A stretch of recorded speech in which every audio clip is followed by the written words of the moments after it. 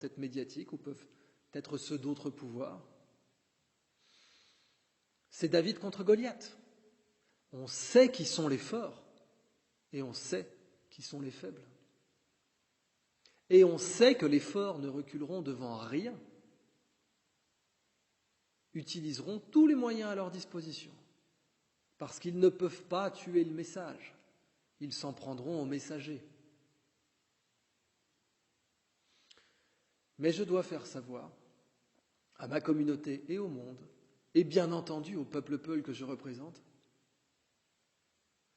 que je suis prêt pour cette tâche et que j'irai jusqu'au bout. Quelles que soient les attaques, quelles que soient les malhonnêtetés, quelles que soient les manipulations, j'irai jusqu'au bout. Et si je devais tomber, bien entendu, quelqu'un me remplacerait et irait jusqu'au bout pour faire valoir un cas historique où la neutralité suisse aura été violée et où un peuple, parce qu'il n'a pas de frontières, certes, certains sans scrupules auront pu croire qu'ils pouvaient l'attaquer impunément, mais qu'un peuple a subi les hostilités les plus directes et les plus franches d'une nation qui se veut neutre. Par négligence peut-être, d'une façon délibérée certainement, mais en tout cas, seules les conséquences sont là. Un peuple fragile et menacé a vu ses moyens d'irrigation, d'éducation et ses récoltes détruits pendant la pire crise sanitaire du XXIe siècle, et les personnes responsables devront en rendre des comptes et réparer les conséquences tragiques de leurs actes. Le général Giap, au Vietnam, avait dit, bien qu'il fût un immense général, « Méfiez-vous des médias, car les armées peuvent tuer votre corps, mais les médias peuvent tuer votre image.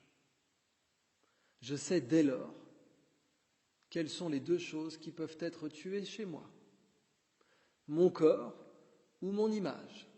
Je sais qu'il existe des intérêts puissants pour détruire l'un ou l'autre. Pour ce qui est de mon image, ça fait suffisamment de temps que je lutte contre toutes les formes de corruption, et en particulier médiatique ou académique, autre source médiatique, pour ne pas en avoir peur. Mais si mon corps venait à être détruit, je demande solennellement à être inhumé auprès des peuls que j'aurais représentés jusqu'au bout, dans la vallée du fleuve au Sahel qu'ils occupent. Et ensuite, quelqu'un d'autre prendrait ma place pour faire valoir le droit le plus strict et le plus absolu. Ma mission donc est difficile, mais je l'assumerai jusqu'au bout. Et je peux dire à tous les peuples, la justice, le droit, la vérité finit toujours par triompher. Certes, il y a des turbulences.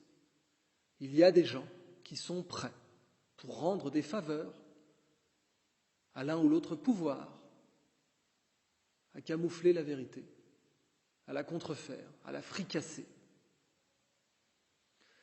Si moi, en tant que journaliste, je devais, pour rendre des faveurs au pouvoir, fricasser la vérité, je ne pourrais plus me regarder dans la glace. Et je sais, encore une fois, que cet assassin médiatique qui a été dépêché contre moi et qui fricasse déjà la vérité comme cela l'arrange, pour essayer d'assassiner mon caractère, cet assassin, disais-je, dont les initiales sont LR. Je demande à ma communauté, quand il se manifestera, et il ne manquera pas de se manifester, de ne pas l'accabler. C'est une pauvre personne qui a fait depuis beaucoup trop longtemps le deuil de son intégrité. Et étant rémunéré par le pouvoir, c'est une personne qui ne peut pas, qui ne peut en aucun cas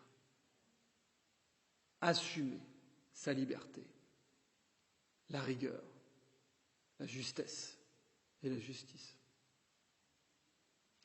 Je vous demande donc de ne pas accabler cette personne. Elle fait son travail, elle l'a choisi. Moi, je ferai le mien, et je l'ai choisi aussi. Et je dis à tous les peuples que je représente, patience à vous, courage à vous, mais la vérité triomphe toujours. On les aura. Au nom de Dieu Tout-Puissant, nous, peuple ancestral, conscients de notre responsabilité envers la création, résolus à renouveler notre alliance pour renforcer la liberté, la démocratie, l'indépendance et la paix dans un esprit de solidarité et d'ouverture au monde.